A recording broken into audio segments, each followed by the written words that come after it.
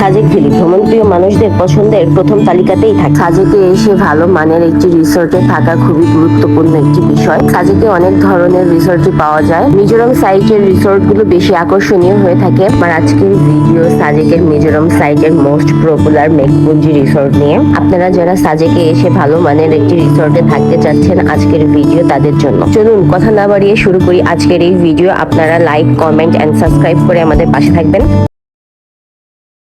আসসালামু আলাইকুম সবাইকে, সবাই কেমন আছেন?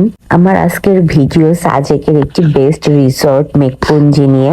মেঘপুঞ্জি রিসোর্টে প্রবেশ করতে আপনারা পেয়ে যাবেন সুন্দর একটি কাঠের তৈরি ব্রিজ আর সুন্দর দুটি দোলনাও পেয়ে যাবেন। এই মেঘপুঞ্জি রিসোর্টে মোট 6টি কটেজ রয়েছে। কটেজগুলো হলো তারাশা, পূর্বাশা, মেঘলা, রোদেলা, নীলিমা ও চন্দ্রিমা। আমরা আজ চন্দ্রিমা কটেজে থাকবো। আপনারা যারা সাজেকে আসবেন তারা এই মেঘপুঞ্জি রিসোর্টে থাকতে পারেন। এইখান থেকে মেঘের ভিউ অসাধারণ। চলুন আপনাদেরকে দেখাই চন্দ্রিমা কটেজের ভিতরে কি কি আছে। মেঘপুঞ্জি সবগুলো কটেজই বাঁশ ও কাঠ দিয়ে তৈরি। সুন্দর এই কটেজগুলোর ভিতরে প্রবেশ করলেই আপনারা পেয়ে যাবেন বড় একটি কিং সাইজের বেড। বেডের পাশেই পেয়ে যাবেন বেডসাইড টুল। আর রুমের ভিতরে ছিল দুটি ফ্যান। এছাড়াও কাঠের তৈরি ছিল একটি টেবিল। আর ভিতরের ইন্টেরিয়রও ছিল অসাধারণ। আরো ছিল এই কটেজে আলাদা করে ড্রেসিং এরিয়া, একটা বড় মিরর। আর এই রুমগুলোর মেন আকর্ষণই হলো এই রুমের সাথে থাকা বারান্দা, যেখান থেকে আপনারা পেয়ে যাবেন মিজোরাম সাইটের সুন্দর ভিউ। এই কটেজে কিন্তু বারান্দা ছাড়াও আরো একটি আকর্ষণীয় জায়গা আছে। সেই জায়গাটি হলো ওয়াশরুম। আপনারা কিন্তু ওয়াশরুম থেকে বাইরের খুব সুন্দর ভিউ উপভোগ করতে পারবেন। গ্লাস দিয়ে তৈরি ওয়াশরুমটা কিন্তু অনেক অসাধারণ। কটেজে চেক ইন করার পরপরই আমাদের দিয়ে দিল ওয়েলকাম ড্রিঙ্কস। ওয়েলকাম ড্রিঙ্কস খেতে খেতে বাইরের সৌন্দর্য উপভোগ করছি। আপনারা সাজেকে আসলে ছোট বড় অনেক ধরনের রিসোর্টই পেয়ে যাবেন। সাজেকে দুই সাইটের রিসোর্ট, যেমন বাংলাদেশ এবং মিজোরাম। বাংলাদেশ সাইটের রিসোর্ট গুলোর প্রাইস একটু কম এবং মিজোরাম সাইটের রিসোর্টের প্রাইস গুলো একটু বেশি, কারণ মিজোরাম সাইটের মেঘ খুব ভালো দেখা যায়, তাই মিজোরাম সাইটের রিসোর্ট গুলোর চাহিদা একটু বেশি হয়ে থাকে। আপনারা যারা আমার এই ভিডিওটি দেখছেন তারা অবশ্যই লাইক, কমেন্ট এন্ড সাবস্ক্রাইব করে যাবেন। রাত হোক বা দিন, এই কটেজটি কিন্তু দুটি সময়ে দেখতে অসাধারণ হয়ে থাকে। দুটি সময়েই আলাদা আলাদা সৌন্দর্য বয়ে আনে। রাতের বেলাতে রিসোর্টে জ্বলে ওঠে নানা ধরনের লাইট, আর সেই লাইটের আলোতে আলোকিত হয়ে ওঠে পুরো রিসোর্টটি, যা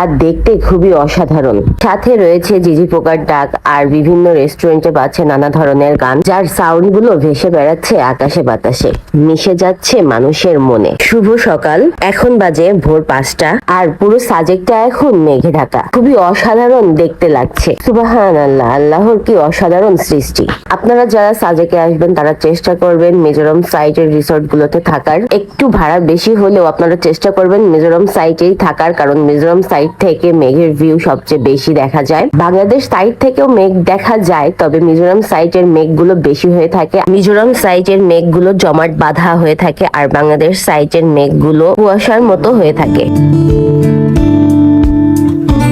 আপনারা যারা সাজেকে আসতে চাচ্ছেন তারা চাইলে এই মেঘপুঞ্জি রিসোর্টে থাকতে পারবেন। মেঘপুঞ্জি রিসোর্ট থেকে মিজোরাম সাইটের অসাধারণ ভিউ দেখতে পাবেন। মেঘের খেলা আর উঁচু নিচু সবুজ বিস্তৃত পাহাড়ের সৌন্দর্য উপভোগ করতে পারবেন। আমরা মেঘপুল্লি রিসোর্টের চন্দ্রিমা কটেজে ছিলাম, আর এই চন্দ্রিমা কটেজের পার নাইট ভাড়া ছিল 6000 টাকা করে। এই রিসোর্টের 3টি কটেজ তারাশা, নীলিমা, চন্দ্রিমা ভাড়া পার নাইট 6000 টাকা করে, আর বাকি 3টি কটেজের ভাড়া 5500 টাকা করে। এই রিসোর্টে থাকতে হলে আপনাদেরকে অবশ্যই 1 মাস আগে থেকে কটেজ গুলো বুক করতে হবে। আগে থেকে বুকিং না করে আসলে আপনারা কিন্তু এই রিসোর্টে থাকতে পারবেন না। আরো বিস্তারিত জানতে হলে তাদের ওয়েবসাইট থেকে জানতে পারবেন। গুগলে গিয়ে মেঘপুঞ্জি লিখে সার্চ করলে পেয়ে যাবেন তাদের ওয়েবসাইটটি। মেঘের খেলা দেখতে দেখতে সকালের খাবারও চলে আসে। রিসোর্ট থেকে সকালের খাবার কমপ্লিমেন্টারি দেওয়া থাকে। খাবারে ছিল খিচুড়ি, ডিম আর পেঁয়াজ ভর্তা। সাজেক একদমই রূপকথার গল্পের মতো, যেখানে আপনারা দেখতে দেখতেই দেখবেন পুরো সাজেকটা মেঘে ঢেকে গিয়েছে,